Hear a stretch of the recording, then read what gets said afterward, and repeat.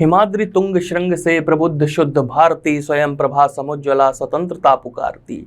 अमर्त वीर पुत्र हो दृढ़ प्रतिज्ञ सोच लो, प्रशस्त पुण्य पंथ है बढ़े चलो बढ़े चलो।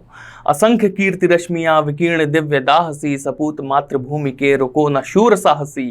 अराती सैन्य सिंधु में सुवाड़ वाग्नि से जलो, प्रवीर हो जयी बनो बढ़े चलो बढ़े चलो।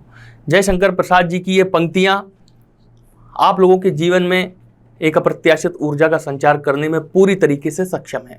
और जयशंकर प्रसाद जी जो हमारा पीटी का सिलेबस है उसके अंतर्गत साहित्यकारों की जो रचनाएं हैं उस दृष्टिकोण से भी बहुत ही महत्वपूर्ण साहित्यकार हमारे लिए हैं। तो चलिए देख लेते हैं इनकी कुछ प्रमुख रचनाओं पर नजर डालते हैं। तो देखिए, उपन्यास में कंकाल, तितली, इरावती, नाटक और एकांकी में उर्वशी, राजश्री, चंद्रगुप्त, अजातशत्रु, एक घूंट, कहानी संग्रह में छाया, प्रतिध्वनि, आकाशदीप, आंधी, इंद्रजाल, काव्य, प्रेम पथिक, चित्राधार, कानन कुसुम, झरना, आंसू, लहर और कामायनी। ठीक है, तो इनका आप लोग स्क्रीनशॉट भी ले सकते हैं और इन्हें बिल्कुल से आपको कंठस्थ करना है, अपनी कॉपी में नोट करना है, क्योंकि न केवल ये पीटी हर परीक्षा के लिए बहुत ही महत्वपूर्ण है। हमारे चैनल को सब्सक्राइब जरूर कीजिएगा, हर वीडियो को लाइक कीजिएगा। पीटी की पूरी सीरीज चलाई जा रही है, काफ़ी प्रबुद्ध अध्यापक जो हैं वो आपके लिए पूरा अपना समर्पण पीटी एग्जाम को सफल बनाने के लिए यहाँ पर दे रहे हैं।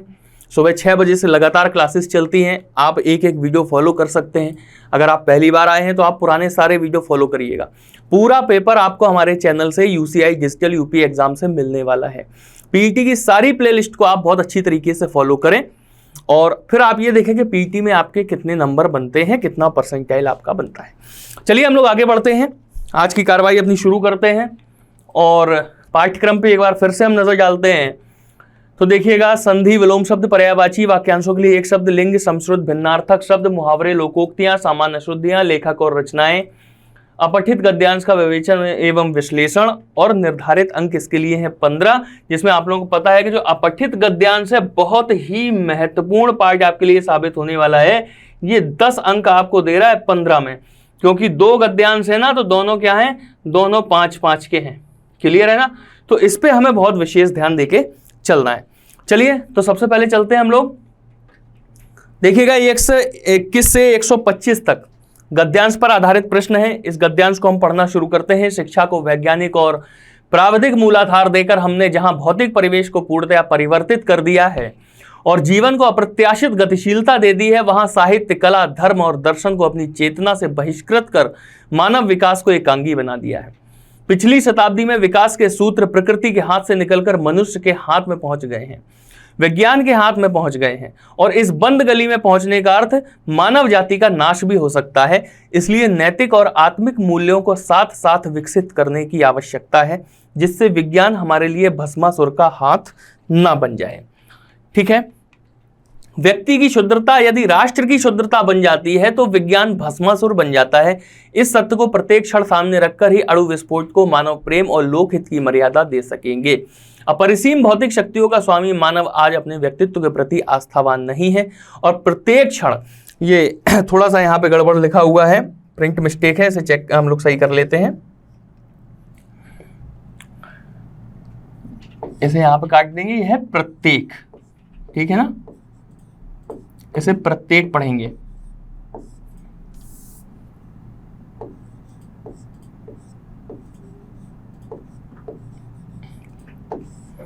प्रत्येक क्षण अपने अस्तित्व के संबंध में शंकाग्रस्त है। तो ये आपका पूरा पैराग्राफ है। आप देख रहे हैं कि विज्ञान का किस प्रकार से प्रभाव पड़ रहा है, उसके प्रति लेखक जो है किस प्रकार से डर रहा है। हमने आपसे पहले ही कहा है कि जो पैराग्राफ होगा वो एक पैराग्राफ आपको पहले तो एक सरसरी निगाह में पढ़ लेना है, फिर दूसरे नंबर पे आपको क्या करना है कि थोड़ा सा पढ़ते हुए उसमें कुछ निशान लगा लेने हैं, क्योंकि 10 अंक दे रहा है ये 100 में, ये समझिएगा। 2 पैराग्राफ होंगे, फिर उसमें जो अपने हिसाब से आपको इंपॉर्टेंट लगता है वो निशान लगाते चलिए। उससे क्या होगा कि जो कीवर्ड है वो आपके दिमाग में बैठ जाएंगे बिल्कुल से। फिर जब आप क्वेश्चन देखेंगे तो उन क्वेश्चन के अंदर सीधे सीधे कुछ आंसर रखे होंगे पैराग्राफ में, तो आपको याद आ जाएगा कि यार इस वाली चीज का आंसर हमने इस पैराग्राफ में लगभग इस जगह पे पढ़ा है, तो आप जल्दी से उस चीज को पकड़ लेंगे वहां पे जहां पे आपको पकड़ना है जाके। ठीक है, एक चीज ये हो जाएगी। दूसरी चीज क्या हो जाएगी कि अगर कॉन्सेप्ट बेस पे अगर आपको आंसर दे रहा है तो भी आप उसका कीवर्ड पकड़ के पैराग्राफ में उस वर्ड तक पहुंच जाएंगे, उस शब्द तक पहुंच जाएंगे, और उसके आगे पीछे पढ़ने के बाद आप उसका सटीक आंसर निकालने में सक्षम हो पाएंगे। तो पैराग्राफ को कई लोग हैं जो बहुत हल्के में लेते हैं कि अरे यार पैराग्राफ ही तो है, ये तो सूखे नंबर हैं, ये तो पक्के नंबर हैं। लेकिन ये तब पक्के नंबर है ना जब आपका ध्यान भंग ना हो, आपका संतुलन ना बिगड़े, आपका अनुशासन बिल्कुल भी गड़बड़ ना हो, ठीक है ना। तो अनुशासित रह के ही पैराग्राफ हम हल कर सकते हैं। चलिए पहला क्वेश्चन देखते हैं। आज का मानव अपने व्यक्तित्व और अस्तित्व के लिए इसलिए शंकालु है,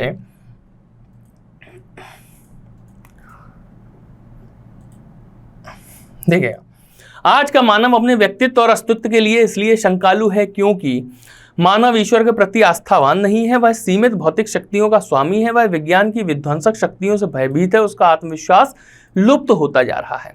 तो आपने यहां पे पढ़ा था, एक बार फिर से इस पे आप ध्यान दीजिएगा कि शिक्षा को वैज्ञानिक और प्राविधिक मूलाधार देकर हमने जहां भौतिक परिवेश को पूर्णतया परिवर्तित कर दिया है, ठीक है ना, और जीवन को अप्रत्याशित गतिशीलता दे दी है।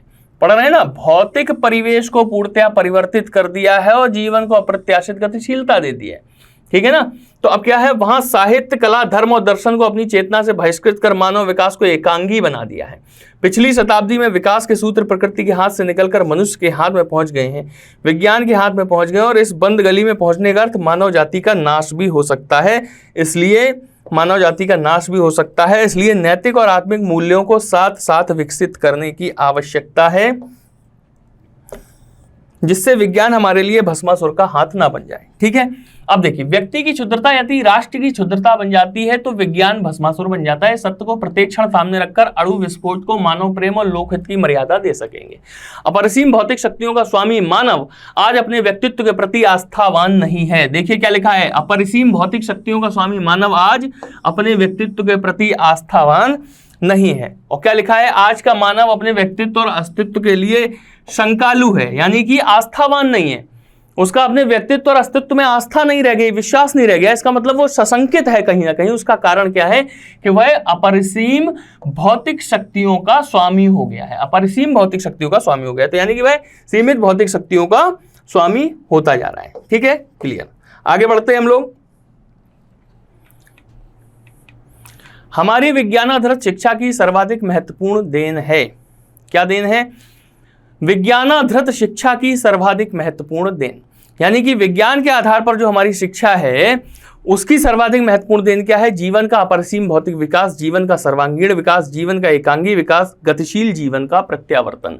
अब हम यहाँ पे अभी देख चुके थे कि शिक्षा को वैज्ञानिक प्राविधिक मूलाधिकार देकर जहां भौतिक परिवेश को पूर्णतया परिवर्तित कर दिया गया है, देखिए, और जीवन को अप्रत्याशित गतिशीलता दे दी है, वहां साहित्य, कला, धर्म और चेतना से बहिष्कृत कर मानव विकास को एकांगी बना दिया है, ठीक है ना।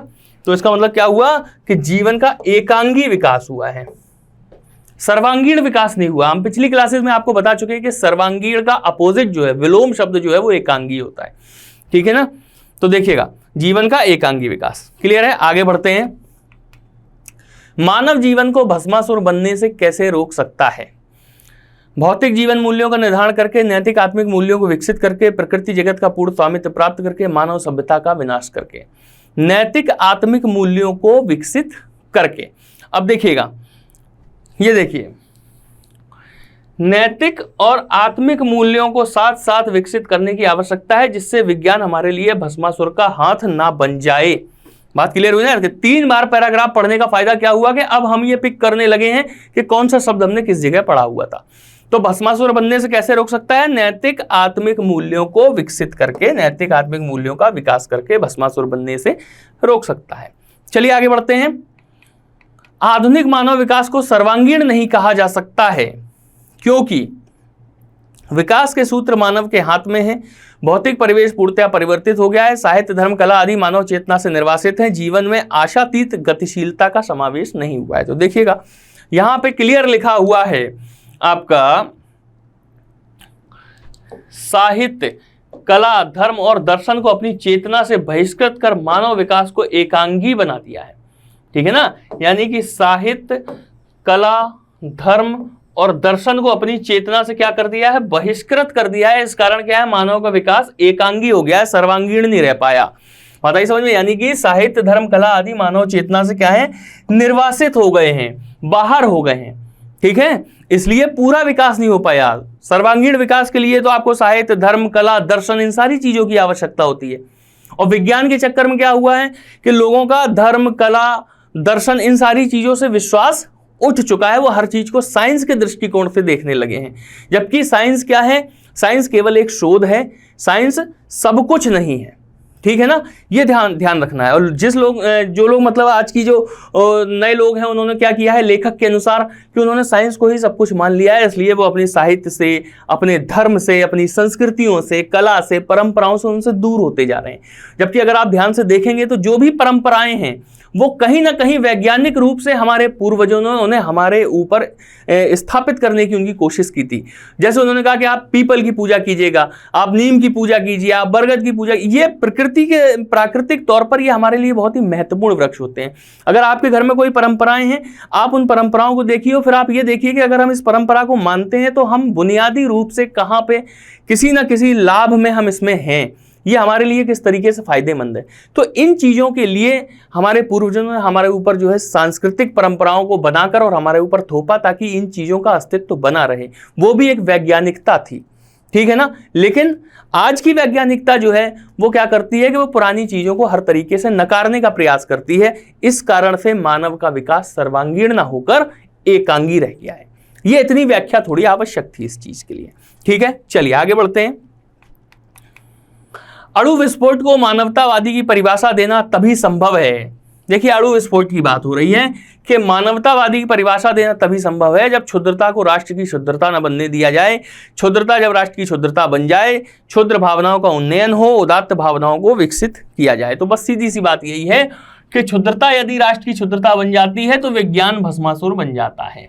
अणु विस्फोट को मानव प्रेम और लोकहित की मर्यादा दे सकेंगे कब? जब इस सत्य को प्रत्यक्षण सामने रखकर, ठीक, यानी कि हमें क्षुद्रता को राष्ट्र की क्षुद्रता नहीं बनने देना है। बात आई ना समझ में? अगर हमारी बुद्धि, हमारे सोचने की क्षमता संकीर्ण हो जाएगी, हम आत्म केंद्रित हो जाएंगे, मानव कल्याण से हम अपने आप को विमुख कर लेंगे, तो ये इतने बड़े बड़े हथियार जो राष्ट्रों के पास होते हैं, देशों के पास होते हैं, वो सर्वनाश करने में 5 से 10 मिनट लगाएंगे, केवल तबाही करने में बिल्कुल भी समय नहीं लगेगा। इसलिए मानवता अति आवश्यक है। हमें अपने मानसिक क्षुद्रता को समाप्त करके और मानव कल्याणवादी होना पड़ेगा। फिर उसके बाद जितने भी हथियार जो होंगे वो सब मानव कल्याण के लिए ही होंगे कि अगर कोई व्यक्ति किसी को परेशान कर रहा है, अनावश्यक परेशान कर रहा है, तो उसके सर्वनाश के लिए उन हथियारों का इस्तेमाल किया जा सके। लेकिन अपने व्यक्तिगत लाभ के लिए अगर उनका इस्तेमाल करने लगेंगे तो ये समाज, ये दुनिया एक दिन समाप्त हो जाएगी। ये भाव इसके अंदर निहित है। चलिए आगे बढ़ते हैं, अगले क्वेश्चन पे चलते हैं। पुस्तक का लेखक से गलत मेल छाटिए। साहित्य लहरी सूरदास एकदम सही है, सुदामा चरित नरोत्तम दास एकदम सही है, नरसी जी का मायरा रसखान ये गलत है। हम आपको पहले भी बता चुके हैं पुरानी क्लासेस में, जो पीछे हमने जितनी क्लासेस अभी पढ़ाई हैं उनमें कई बार हम बता चुके हैं कि नरसी जी का मायरा जो है ये रसखान जी की रचना नहीं है। ये किसकी रचना है? ये मीराबाई जी की रचना है। क्लियर है? मीराबाई जी की ये रचना है, बहुत ही महत्वपूर्ण है, इसे हमें ध्यान रखना है। बरवे रामायण तुलसीदास जी की है, बिल्कुल सही है। क्लियर? चलिए आगे बढ़ते हैं। पुस्तक का लेखक से सुमेल हमें छांटना है। अब देखिए, भक्तमाल केशवदास जी की रचना नहीं है, भक्तमाल नाभादास जी की रचना है। रामचंद्र का केशवदास जी की रचना है। क्लियर? ये सब बिल्कुल एक किनारे नोट करते चलिए और इन्हें याद जरूर करते चलिए। बस 10 दिन बचे हैं आपकी परीक्षाओं के। मदनाष्टक रहीमदास जी की रचना है, बिल्कुल सही है ये, ठीक है। मदनाष्टक रहीमदास जी की रचना है और ये भी पहले हम आपको बता चुके हैं। कवि प्रिया लालचंद जी की रचना नहीं है, ठीक है ना। कवि प्रिया किसकी रचना है? कवि प्रिया भी केशवदास जी की ही रचना है। क्लियर है? केशवदास, कवि प्रिया केशवदास जी की ही रचना है। उम्मीद है कि आप लोगों को बहुत अच्छे से चीजें समझ में आ रही होंगी। जितनी पुस्तकें हमने आपको बताई हैं सारी बहुत महत्वपूर्ण है, इन्हें बिल्कुल अपने पास रखिए और हर परीक्षा के लिए रखिएगा, ठीक है। चलिए आगे बढ़ते हैं। पुस्तक का लेखक से गलत मेल छाटिए। काव्य कल्पद्रुम सेनापति, लिखी कागद कोरे अज्ञेय जी की रचना है। ठलुआ क्लब बाबू गुलाब राय जी की रचना है। और ये सारी रचनाएं बहुत ही महत्वपूर्ण है, कई परीक्षाओं में पूछी गई हैं और आपके सामने वही रचनाएं रखी जा रही जो महत्वपूर्ण है। अनावश्यक कोई भी रचना आपको नहीं दी जा रही है। अर्धनारीश्वर की अगर हम बात करते हैं कि अर्धनारीश्वर किसकी रचना है, तो ये विष्णु प्रभाकर जी की रचना है, ये माखनलाल चतुर्वेदी जी की रचना नहीं है। ये किसकी रचना है अर्धनारीश्वर, और बहुत ही महत्वपूर्ण रचना है ये विष्णु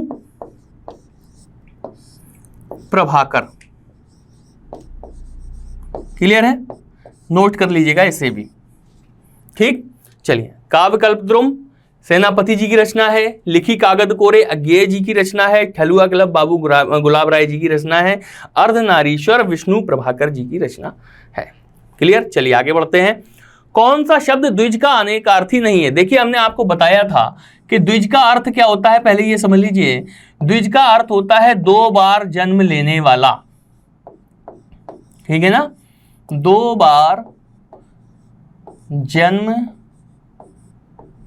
लेने वाला। कई बार हम आपको बता चुके हैं इस शब्द के विषय में, ठीक है ना। अब देखिएगा कि कौन सा शब्द द्विज का अनेकार्थी नहीं है, यानी कि द्विज का पर्यायवाची नहीं है। तो चंद्रमा है, पक्षी है, दांत भी है, लेकिन सिंह नहीं है द्विज का पर्यायवाची। देखिए चंद्रमा 2 बार बनता है, 2 बार समाप्त होता है, हालांकि वो अपने मूल आकार में रहता है, ठीक है ना, लेकिन हमें जो दिखाई देता है उन आकृतियों के हिसाब से हम ये कहते हैं कि अमावस की रात है या पूर्णिमा की रात है, इस तरीके से कहते हैं। तो चंद्रमा भी 2 बार, मतलब एक तरीके से देखा जाए तो जन्म लेता है। पक्षी 2 बार जन्म लेता है, एक बार अंडे के रूप में जन्म लेता है, एक बार अंडे से पक्षी के रूप में जन्म लेता है। दांत भी, एक बार दूध के दांत होते हैं, एक बार परमानेंट दांत होते हैं, 2 बार दांत होते हैं ना। सिंह नहीं होता है, 2 बार जो एक देखिए द्विज का हमने आपको और बताया था कि ब्राह्मण भी द्विज कहलाता है, 2 बार जन्म लेता है ब्राह्मण। किस तरीके से लेता है, एक बार मातृ गर्भ से उत्पन्न होता है, और एक बार जब उसका यज्ञोपवीत संस्कार होता है तब भी उसे उसका दूसरा जन्म माना जाता है, तब वो द्विज कहलाना शुरू होता है। जो ब्राह्मण होता है तब उसे द्विज कहना प्रारंभ करते हैं। बात आ गई ना समझ में? तो इस तरीके से है। और भी हमने, चलिए आगे बढ़ते हैं। समोच्चरित शब्द युग्म को उनके उचित अर्थ युग्म से सुमेलित कीजिएगा। जैसे अकथ और अथक। तो अकथ का मतलब क्या हो गया, बिना कहा गया, और अथक यानी कि बिना थका हुआ, ये हो जाएगा इसका। क्लियर है? अभेद और अभेद्य, ठीक है ना। तो अभेद का मतलब क्या हो गया, भेद होता ना, भेद से बना है अभेद, यानी कि बिना फर्क का। भेद का मतलब फर्क वाला, और अभेद का मतलब बिना फर्क का। अभेद्य, दा की जगह जहां द्या आ जाएगा, ठीक है ना, विद्यालय वाला द्या आ गया तो वो हो जाएगा अभेद्य। हम लोग कहते हैं ना अभेद्य दुर्ग है, अभेद्य दीवार है, तो उसका मतलब क्या हुआ कि जिसे तोड़ा ना जा सके। क्लियर है ना? तो ये समझ लीजिएगा, अभेद में दा होता है और अभेद्य में विद्यालय वाला द्या होता है। क्लियर होगी ना बात? अभेद का मतलब बिना फर्क, अभेद्य का मतलब जिसे तोड़ा ना जा सके। अर्घ और अर्घ्य, ये समझिएगा। अर्घ क्या होता है, अंजलि भरकर जल देना, और अर्घ्य क्या होता है, बहुमूल्य। ये लीजिए यहाँ पे, ठीक है ना, सूरज को अर्घ देते हैं ना लोग इस तरीके से, ये होता ना अर्घ, है ना। तो ये अंजलि भर के जल जो दिया जाता है ये अर्घ्य कहलाता है। और जब घा आधा होके या लग जाता है और ऊपर रा लग जाता है तब वो अर्घ्य हो जाता है, और फिर उसका अर्थ क्या हो जाता है, उसका अर्थ हो जाता है बहुमूल्य। क्लियर हो गई ना बात? अवलंब अविलंब, ये देखिएगा, अवलंब का मतलब क्या हो गया, अवलंब का मतलब हो गया सहारा, और अविलंब, विलंब का मतलब क्या होता है, देर से। कहते हैं ना आप बड़े विलंब से आए, विलंब का मतलब क्या होता है, देर से। और अविलंब का मतलब क्या हो गया, अविलंब आइए। अविलंब का मतलब क्या हो गया, शीघ्र आइए, जल्दी आइए। क्लियर है ना? तो अवलंब और अविलंब इनका क्या हो जाएगा युग्म, सहारा और शीघ्र। अब देख लीजिएगा कौन सा आंसर हमारा हो सकता है, 3, 2, 1 और 4। 3, 2, 1, 4 सी ऑप्शन हमारा इसका आंसर हो जाएगा। चलिए आगे बढ़ते हैं अगले क्वेश्चन पे। शब्दों को अपने समानार्थी या पर्यायवाची शब्द से मिलाना है। समानार्थी या पर्यायवाची शब्द से मिलाना है। तो नाग आप देखिएगा, नाग हाथी का भी पर्यायवाची होता है। क्लियर? कनक, एक कनक क्या होता है, सोना होता है, स्वर्ण। एक कनक क्या होता है, धतूरा होता है। ठीक है ना, हम लोगों ने उदाहरण पढ़ा हुआ है यमक अलंकार का। कनक कनक ते सौगुनी मादकता अधिकाय, या पाए बोराए जग बा पाए बोराए बा खाए बोराए, है ना। तो कनक का मतलब एक सोना होता है, एक धतूरा होता है। एक कनक का मतलब और होता है, उसका अर्थ क्या होता है, महावीर। क्लियर हो गई ना बात? हरि जो है ये वानर को कहा जाता है हरि। बहुत ही रोचक मतलब इसका एक कथानक है। बहुत ही सुंदर कथानक है, कभी जब समय होगा तब आपको बताएंगे। या अगर आपके घर में कोई ऐसा व्यक्ति हो जिसे रामायण की चीज़ों को पढ़ने में अगर बहुत ज़्यादा इंटरेस्ट है, तो आप उनसे पूछ सकते हैं कि वानर को हरि क्यों कहा जाता है। हरि क्यों कहा जाता है, बहुत ही रोचक कहानी है, वो आपको सुनाएंगे। अब्ज हमने आपको बताया था कि अब्ज कमल का पर्यायवाची है, ठीक है ना। तो अब्ज का एक पर्यायवाची और होता है, और वो कौन सा होता है, वो होता है शंख। शंख को भी अब्ज बोलते हैं, ये ध्यान रखिएगा। अब्ज का पर्यायवाची कमल भी हो गया, अब्ज का पर्यायवाची शंख भी हो गया, और ये दोनों ही परीक्षाओं में पूछे गए हैं कई बार। आंसर हमारा क्या हो जाएगा, नाग का मतलब आप देख रहे हैं हाथी, है ना, 1, 3, हरि वानर 4 और डी 2, ठीक है ना, यानी कि 1, 3, 4, 2, 1, 3, 4, 2, फोर्थ ऑप्शन हमारा आंसर इसका हो जाएगा, ठीक है ना। देखिए कितने अच्छे अच्छे। नाग का हाथी अगर पढ़ा नहीं होगा तो आप बिल्कुल भी इसे गैस नहीं कर सकते, बिल्कुल भी पकड़ नहीं सकते कि नाग का हाथी भी होता होगा, ठीक है। चलिए आगे बढ़ते हैं। शब्द और उनके विलोम हमें लगाने हैं। अक्षर और क्षर, ठीक है ना। देखिए क्षर का मतलब क्या होता है, क्षरण, किसी चीज का क्षरण हो जाना, है ना, कि कोई चीज कमजोर हो जाना, उसे कहते हैं क्षरण होना उसका। जैसे जंग लग जाए तो वो क्षरण होने लगता है। और अक्षर, अक्षर का मतलब क्या होता है, जो क्षय ना हो, ठीक है ना, जिसका क्षरण ना हो सके। इसीलिए अक्षर जो होते हैं वो क्या होते हैं, जैसे छोटा है, का है, खा है, इस तरीके से ये अक्षर होते हैं, क्योंकि ये छोटे से हैं। मान लो लिखा है आम, तो हम इसे तोड़ सकते हैं, आ अलग कर दिया, माँ अलग लिख दिया, लेकिन अगर छोटा आ अगर लिखा हुआ है तो इसे हम नहीं तोड़ सकते, इसीलिए इन्हें अक्षर कहा जाता है जिनका क्षय ना हो सके, ठीक है ना। तो अक्षर का अगर आपसे पूछा जाए, वन वर्ड में मान लीजिए पूछ लेता है कि जिसका क्षय ना हो, उसे क्या कहेंगे एक शब्द में, तो उसे कहेंगे अक्षर। इसे भी नोट कर लीजिएगा इस चीज को, ठीक है। अद्यतन का क्या हो जाएगा, अद्यतन का पुरातन हो जाएगा, बहुत ही कॉमन शब्द है। असीम का ससीम हो जाएगा, और समष्टि का क्या हो जाएगा, समष्टि का हो जाएगा व्यष्टि, ठीक है। तो 4, 3, 2 और 1, ये बी ऑप्शन हमारा इसका, सेकंड ऑप्शन इसका हमारा आंसर हो जाएगा। क्लियर है। चलिए आगे बढ़ते हैं अगले क्वेश्चन पे। उचित संधि प्रकार से मिलाइए। यथोचित, तो यथोचित की क्या हो जाएगी, यथा प्लस उचित, तो क्या हो गया, बड़ा और ऊ मिलके क्या बन गया, ओ बन गया, तो ये क्या हो गया, गुण संधि हो गया, ठीक है ना, गुण संधि हो गया। गायक, गायक का विच्छेद क्या होगा, बहुत ही महत्वपूर्ण है, विच्छेद की दृष्टि से भी, संधि की दृष्टि से भी, और संधि के प्रकार की दृष्टि से भी। यह शब्द पूरी तरीके से इंपॉर्टेंट है। तो इसका क्या हो जाएगा, गायक का गई प्लस अक। क्लियर हो गई ना बात। तो ये क्या हो गया, ए और आ मिलके क्या हो गया, आय हो गया, तो ये क्या हो गया, अयादि स्वर संधि हो गई आपकी। क्लियर हो गई। इत्यादि कई बार हम आपको बता चुके हैं, कई बार परीक्षाओं में पूछा जा चुका है, और ये कोई भी गलत नहीं करता है। इति प्लस आदि, ई और आ मिलके या बन गया, यानी कि यड़ संधि हो जाएगी। और तथापि, तथा प्लस अपि, बड़ा आ प्लस छोटा आ बराबर बड़ा आ हो जाएगा, तो ये क्या हो जाएगा, ये हो जाएगा दीर्घ स्वर संधि। क्लियर है ना। तो यथोचित गुण संधि 4, गायक 3, इत्यादि 2 और 1, 4, 3, 2, 1 इसका भी आंसर हो जाएगा। सेकंड ऑप्शन इसका हमारा आंसर हो जाएगा। इसमें भी आप लोगों को कोई गड़बड़ी समझ में नहीं आ रही होगी, ठीक है। चलिए आगे बढ़ते हैं। बिल्कुल से एक एक चीज पढ़ते चलिएगा, भगवान चाहेगा तो सब कुछ वही फंसेगा पेपर में जो आपको हमारी क्लासेस के माध्यम से पढ़ाया जा रहा है, ठीक है। आधी रात का समय, वाक्यांश के लिए एक शब्द बहुत ही महत्वपूर्ण है। आधी रात का समय क्या होता है, निशीथ होता है, निशीथ, इसे ध्यान रखिएगा। जिसके पास कुछ ना हो उसे क्या बोलेंगे, उसे बोलेंगे अकिंचन, ठीक। जिसे बुलाया ना गया हो क्या कहलाएगा, अनाहूत कहलाएगा। और रंगमंच के पर्दे के पीछे का स्थान क्या होता है, वो होता है नेपथ्य। क्लियर हो गई ना बात, नेपथ्य। ये सारे बहुत इंपॉर्टेंट हैं। तो हिसाब से क्या हो जाएगा, 2, 1, 4, 3, 2, 1, 4, 3, ये पहला ऑप्शन हमारा आंसर हो जाएगा। क्लियर है। चलिए आगे बढ़ते हैं। मुहावरों को उचित भावार्थ से मिलाइए। कान पर जू ना रेंगना, कहते हैं ना उसके कान पे जू ही नहीं रेंगता, कुछ भी कहते रहो उसके कान पे जू नहीं रेंगता। इसका मतलब क्या होता है कि कान पर जू ना रेंगना का मतलब बिल्कुल ध्यान न देना, यानी कि उससे कुछ भी कहो वो ध्यान नहीं देता है, तो उसे कहते हैं कान पर जू ना रेंगना। मुट्ठी गर्म करना, इसका मतलब क्या होता है, घूस दे देना। बात क्लियर हुई ना, कि मुट्ठी गर्म करने का मतलब क्या होता है, घूस देना, है ना। छछूंदर के सिर में चमेली का तेल, तो इसका मतलब क्या हुआ, अयोग्य के पास अच्छी वस्तु, क्योंकि चमेली का तेल जो है अच्छी वस्तु का सूचक है, और छछूंदर क्या है, इसे हम लोग नकारात्मक उसमें करते हैं, यार कैसा छछूंदर जैसा है, कैसा लग रहा है ना, तो उसे मतलब हम लोग नकारात्मक किसी के ऊपर टिप्पणी करने में छछूंदर शब्द का इस्तेमाल करते हैं। तो एक मतलब जो है तुच्छ चीज के ऊपर एक अच्छी चीज अगर लगी हुई तो इसका मतलब क्या हुआ कि अयोग्य व्यक्ति के पास अच्छी वस्तु है।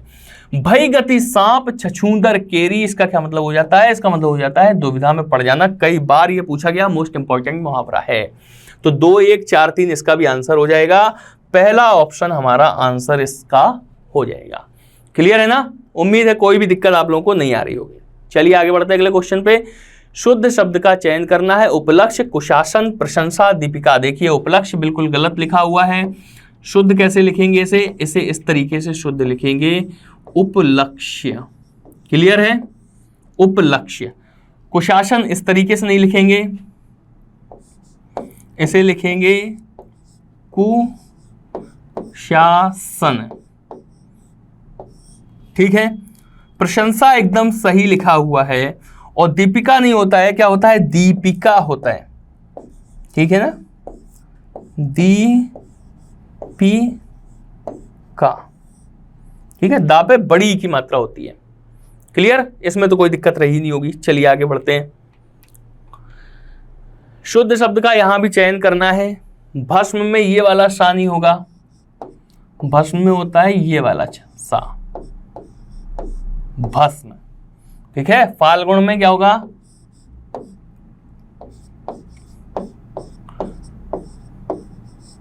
फाल्गुन हो जाएगा। भीष्म में ये बिल्कुल सही लिखा हुआ है, और मृण्मय में ये वाला नाना होकर क्या होगा, ये हो जाएगा। क्लियर है ना ये, ठीक, तो इन्हें याद रखिएगा। चलिए आगे बढ़ते हैं अगले क्वेश्चन पे। अशुद्ध वाक्य का चयन करना है। कवि ने संपादक को एक कविता भेजी, अध्यापिका ने शिष्य से प्रश्न पूछा, बच्चे ने कहा था पर आपने नहीं सुना, अमित ने जेब से 10 रुपए का नोट निकाला। हमें साफ साफ दिखाई दे रहा है कि यहाँ पे अध्यापका ये गलत लिखा हुआ है, पा के ऊपर छोटी की मात्रा भी होती है। और अध्यापका कैसे लिखते हैं, जिन्हें नहीं पता तो देख लीजिएगा, अध्यापिका। क्लियर है ना, ये होता है अध्यापिका, ये होता है अध्यापक। लिखना होगा तो हम फिर सीधा सीधा ये लिख देंगे अध्यापक। क्लियर है, ये अध्यापक हो गया और ये अध्यापिका हो गया। ठीक है ना। चलिए, तो ये हमारा आंसर हो जाएगा। अशुद्ध वाक्य का चयन करना था, तो अशुद्ध वाक्य यही वाला हो गया, इसमें वर्तनी संबंधी अशुद्धि है। क्लियर है। चलिए अगला देखते हैं। शुद्ध वाक्य का चयन करना है आपकी बार। मैंने आपसे प्रणाम किया था, मैंने आपको प्रणाम किया हूं, मैंने आपको प्रणाम किया था, मैं आपको प्रणाम किया था। देखिए मैंने आपसे, ये गलत हो गया यहाँ पे। मैं आपको प्रणाम किया हूं, बिल्कुल गलत हो गया। और भी कई अशुद्धियां इसके अंदर। तो मैंने आपको प्रणाम किया था, ये बिल्कुल सही हो जाएगा, बिल्कुल सही वाक्य है। मैं आपको प्रणाम किया था, तो ये यहां पे गलत हो जाएगा। मैंने आपको प्रणाम किया था, ये होना चाहिए। ठीक है ना। तो ये आपका हो जाएगा, तीसरा ऑप्शन इसका आंसर हो जाएगा। आज का लास्ट क्वेश्चन हम लोग देखते हैं। शुद्ध वाक्य का चयन कीजिए। मैं अपना काम स्वयं कर देता हूं, परीक्षा का माध्यम अंग्रेजी नहीं होना चाहिए, शायद वह अवश्य आएगा, भारत में अनेक जाति के लोग रहते हैं, मैं अपना काम स्वयं कर देता हूं। देखिए यहाँ पे अपना भी आ गया और स्वयं भी आ गया, इन दोनों की आवश्यकता नहीं थी, पुनरुक्ति दोष हो जाएगा। परीक्षा का माध्यम अंग्रेजी नहीं होना चाहिए। देखिए परीक्षा का माध्यम नहीं होता है, प्रश्न पत्र का माध्यम होता है। क्लियर है ना। शायद वह अवश्य आएगा, अवश्य से क्या है, निश्चितता का बोध हो रहा है, शायद से क्या है, अनिश्चितता का बोध हो रहा है। यहाँ पे विरोधाभास उत्पन्न हो रहा है, ये भी वाक्य शुद्ध नहीं है। भारत में अनेक जाति के लोग रहते हैं, ये एकदम शुद्ध वाक्य है आपका। तो आज के 20 क्वेश्चन हमारे ये हो गए हैं। आप लोग शुरुआत से, अगर आप नए हैं तो बिल्कुल से पहले वीडियो से फिर से देखना शुरू करिएगा, और सारे वीडियो आप बिल्कुल फॉलो करिए। अभी भी टाइम आपके पास इतना है कि आप अगर रिवीजन के तौर पे हैं तो सारे वीडियोस को आप बिल्कुल फॉलो कर सकते हैं। फास्ट फॉरवर्ड पे लगा लीजिएगा, स्पीड बढ़ा लीजिए, उसकी 1.5 गुनी हो जाती है, 2 गुनी हो जाती है ना। आंखों के सामने से निकलेंगी चीज़ें, बहुत ही कॉमन पेपर आने वाला है। और चैनल पे पूरा मतलब एक ये समझ लीजिए कि एक पैकेज एक तरीके से बिल्कुल मुफ्त आपके लिए उपलब्ध करवाया जा रहा है। बिल्कुल जितने सारे बुद्धिमान जितने टीचर हैं, इतने प्रबुद्ध जन जो हैं, अपने अपने विषय के निष्णात हैं, वो सब पूरी इस कोशिश में लगे हुए हैं कि उनके बताए हुए एक एक क्वेश्चन आपकी परीक्षाओं में मिल जाएं। आपको ज़्यादा इधर उधर भटकने की आवश्यकता ना पड़े।